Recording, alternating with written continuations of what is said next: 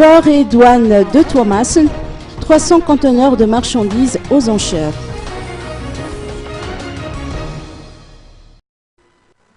Des marchandises importées dans 300 conteneurs en dépôt au port de Tuamasin sont mises aux enchères depuis le 4 février dernier. La séance se poursuit selon les précisions apportées par Voula Razaf Jamiad, directeur général des douanes.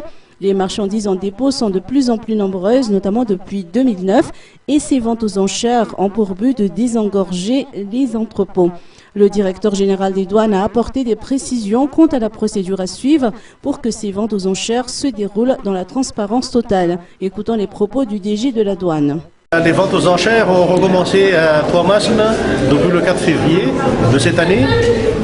Et il faut savoir que pour être mise aux enchères, une marchandise doit séjourner 75 jours après le débarquement dans le port.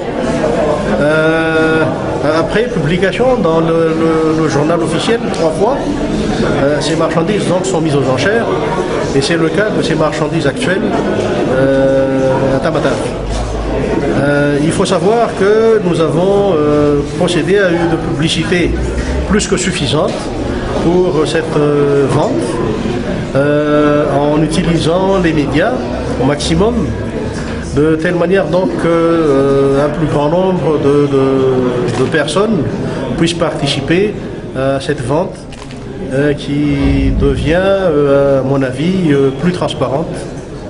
Et autrement, nous avons exigé la présence de tous les bénéficiaires du produit de la vente, à savoir le MICTSL, le SMMC, la Chambre de commerce, les douanes, en y rajoutant en plus le Bianco pour vraiment démontrer que ces ventes vont s'effectuer d'une manière totalement nette et transparente.